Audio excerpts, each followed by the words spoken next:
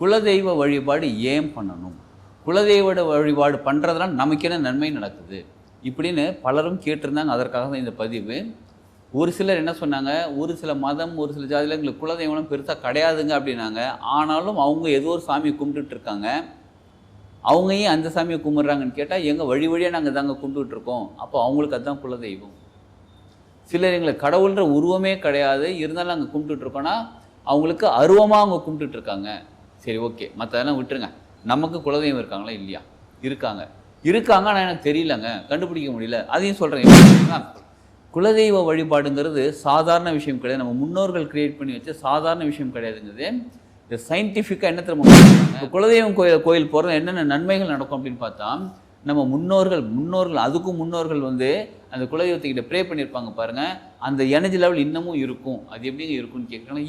இந்த process use பண்ணி குலதெய்வம் கூப்பிடுங்க. சப்போஸ் எனக்கு குலதெய்வம் தெரியுங்க, வீட்டில் வச்சு வழிபடலாம், தாராளமாக வழிபடுங்க.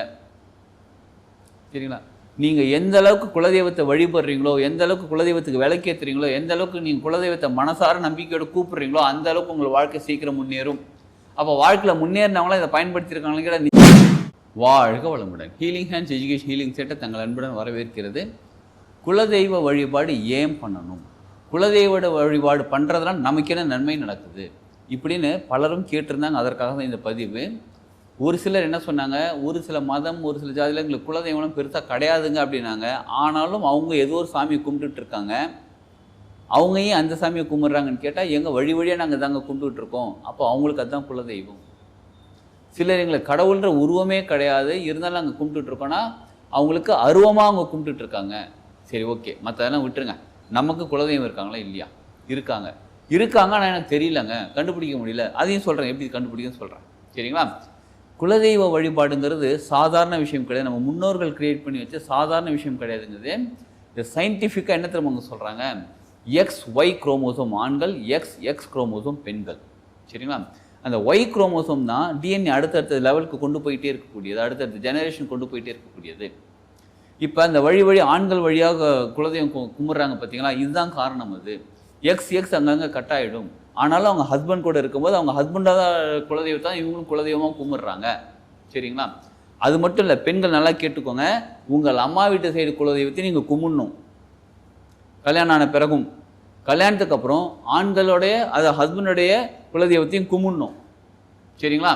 சரி, இப்போ குலதெய்வம் கோயில் போகிறது என்னென்ன நன்மைகள் நடக்கும் அப்படின்னு பார்த்தா, நம்ம முன்னோர்கள் அதுக்கும் முன்னோர்கள் அந்த குலதெய்வத்துக்கிட்ட ப்ரே பண்ணியிருப்பாங்க பாருங்கள், அந்த எனர்ஜி லெவல் இன்னமும் இருக்கும். அது எப்படிங்க இருக்குன்னு கேட்குறாங்க. இருக்குது, சயின்டிஃபிக்காக நிறைய விஷயம் கண்டுபிடிச்சிருக்காங்க.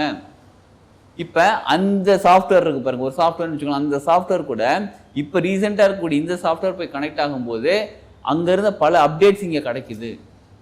பழைய சாஃப்ட்வேர் எப்படிங்க புது அப்டேட் கிடைக்கும்னு கேட்குறீங்களா? இது புது அப்டேட்டில் பழைய அப்டேட் நமக்கு தேவைப்படுறது கிடைக்குது. இப்போ கூட டெக்னாலஜின்னு சொல்லி நிறைய விஷயம் நம்ம யூஸ் பண்ணிக்கிட்டு இருக்கோம். என்னதான் டெக்னாலஜி வந்திருந்தாலும், ஏஐ வந்திருந்தாலும், என்ன வந்திருந்தாலும், இப்போ பேசிக்காக நம்ம உணவு தாங்க நமக்கு. சரிங்களா? இப்படி சாப்பிட்றோம், வயிறு டைஜஷன் ஆகுது, தெரிக்குது, உடம்பு ஆரோக்கியமாக இருக்குது. மனசுக்கு எவ்வளோ டெக்னாலஜி வந்திருந்தாலும் இன்னமும் லைஃப்பில் ப்ராப்ளம் எத்தனையோ பேருக்கு இருக்குது. ஹஸ்பண்ட் லைஃப்பில் ப்ராப்ளம் இருக்குது, அவங்களுக்குள்ள டைவர்ஸ் நடக்குது, குழந்தைங்களுக்குள்ள ப்ராப்ளம் இருக்குது, சொல்கிற பேச்சு கேட்க மாட்டேன்றாங்க, ஒரு அந்யோன்யம் இருக்க மாட்டேங்குது. ஏன் டெக்னாலஜி தான் டெவலப் ஆகிடுச்சு இல்லை? இதெல்லாம் அந்யோன்யம்லாம் இருக்க வேண்டியது தானே? இல்லையே. அப்போ வாழ்க்கைங்கிறது, தனி மனித வாழ்க்கைங்கிறது வேற, டெக்னாலஜிங்கிறது வேற. டெக்னாலஜியை வச்சு வாழ்க்கையில் டெவலப் பண்ணிக்கலாம், ஆனால் வாழ்க்கையை வாழ்கிறதுக்கு இதுதான் தேவை.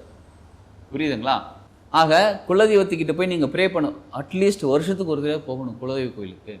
போயிட்டு பொங்கல் வச்சு நின்று சாமி கும்பிடும்போது அந்த நம்ம முன்னோர்கள் வந்திருந்தாங்க பாருங்கள், அந்த டிஎன்ஏ இங்கே ஆக்டிவேட் ஆக ஆரம்பிக்கும். இப்போ டிஎன்ஏ ஆக்டிவேட்டானா என்ன ஆகும்னு கேட்குறீங்களா? நம்ம ஆளுங்க 7ஆம் அறிவு படம் பார்த்தீங்களா?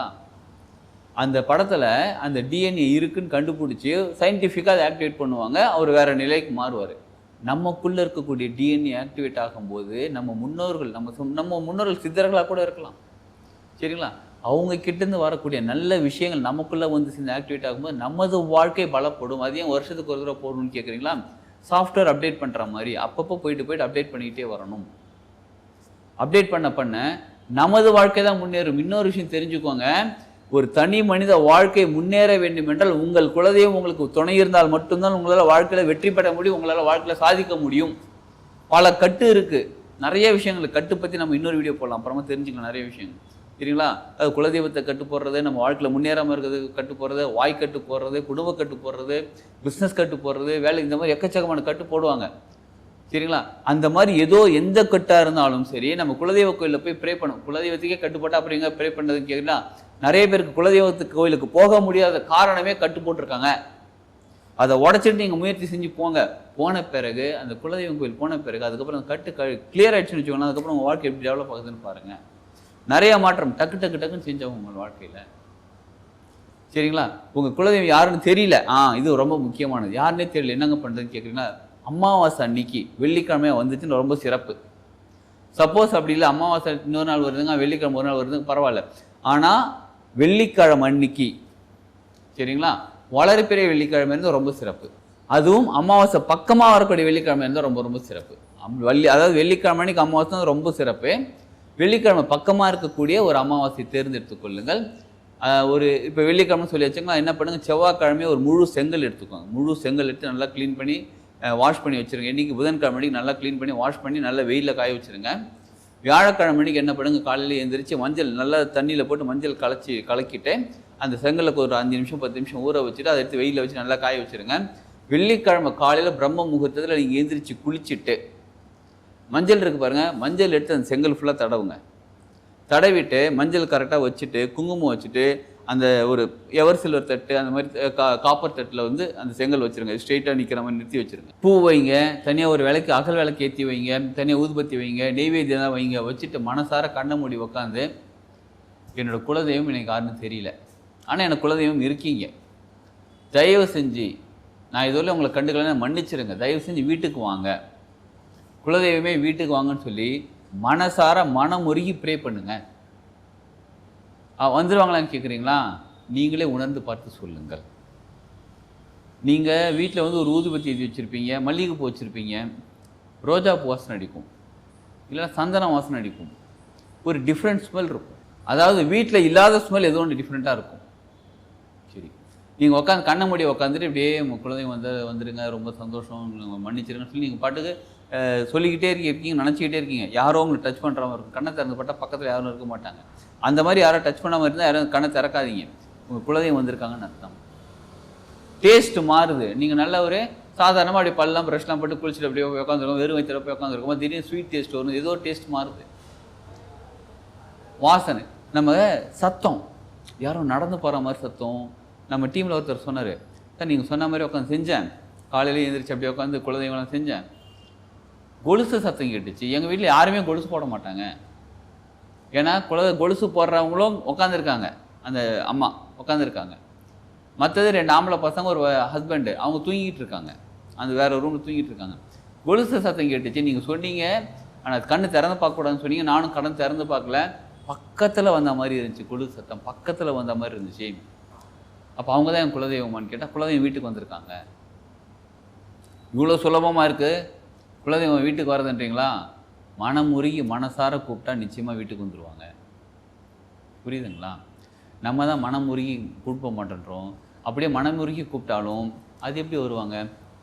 ஏன்னா தான் மேலே அவ்வளோ நம்பிக்கை, அது எப்படி எங்கள் வீட்டுக்கு வருவாங்க? எங்கள் வீட்டுக்கு வர அளவு நாங்கள் யாருக்கும் தகுதி இல்லை. அதான் அவங்களுக்கு யாருக்கும் தகுதி இல்லைன்னு நினைக்கிறீங்க பார்த்தீங்கன்னா, அதுதான் தப்பு. முதல்ல முழுமையாக நம்புங்க. குலதெய்வம் வந்தால் மட்டும்தான் உங்கள் வாழ்க்கை முன்னேறும். சரிங்களா? அந்த கட்டுலாம் அதை பற்றி இன்னொரு வீடியோவில் பார்க்கலாம் நம்ம. ஸோ இந்த ப்ராசஸ் யூஸ் பண்ணி குலதெய்வம் கூப்பிடுங்க. சப்போஸ் எனக்கு குலதெய்வம் தெரியுங்க, வீட்டில் வச்சு வழிபடலாம், தாராளமாக வழிபடுங்க. சரிங்களா? நீங்கள் எந்த அளவுக்கு குலதெய்வத்தை வழிபடுறீங்களோ, எந்த அளவுக்கு குலதெய்வத்துக்கு விளக்கேற்றுறீங்களோ, எந்த அளவுக்கு நீங்கள் குலதெய்வத்தை மனசார நம்பிக்கையோடு கூப்பிட்றீங்களோ, அந்த அளவுக்கு உங்கள் வாழ்க்கை சீக்கிரம் முன்னேறும். அப்போ வாழ்க்கையில் முன்னேறினவங்களாம் இதை பயன்படுத்தியிருக்காங்களே கேட்டால் நிச்சயமாக நமக்கு தெரியாது யாருக்கும், வெளில யாரும் சொல்ல மாட்டாங்க. சரி, அதை பற்றிலாம் வேணாங்க, உங்கள் வாழ்க்கையை முன்னேறணும்ல, செய்யுங்களேன். நிச்சயமாக உங்கள் குலதெய்வத்தோட கனெக்ட் பண்ணுங்கள், உங்கள் வாழ்க்கையில் பெரிய நல்ல மாற்றம் ஏற்படும். நீங்கள் சூப்பராக வாழ ஆரம்பிப்பீங்க. இன்னும் டீட்டெயில் வேறு ஏதாவது தெரிஞ்சுக்கணும் அப்படின்னா நீங்கள் வீடியோவில் இருக்கக்கூடிய காண்டாக்ட் நம்பர் காண்டாக்ட் பண்ணி அப்பாயின்மெண்ட் வாங்கிக்கிட்டு நீங்கள் பேசுங்க. நிச்சயமாக உங்கள் டீட்டெயில் தெரிஞ்சுக்கிட்டு உங்கள் குலதெய்வத்தை கண்டுபிடிச்சி நீங்கள் வாழ்க்கையில் முன்னேறதுக்கு நல்ல வழி கிடச்சிக்கிட்டு இருக்கு. இந்த வீடியோ நீங்கள் இப்போ பார்த்துக்கிட்டு இருக்கீங்க அப்படின்னாலே உங்களுக்கான நல்ல வாழ்க்கை ஆரம்பிக்கிறதுக்கு குலதெய்வம் உங்களுக்கு வழிகாட்டுறாங்கன்னு அர்த்தம். பயன்படுத்தி கொள்ளுங்கள், வாழ்க்கையில் முன்னேறுவோம். வாழ்க வளமுடன்.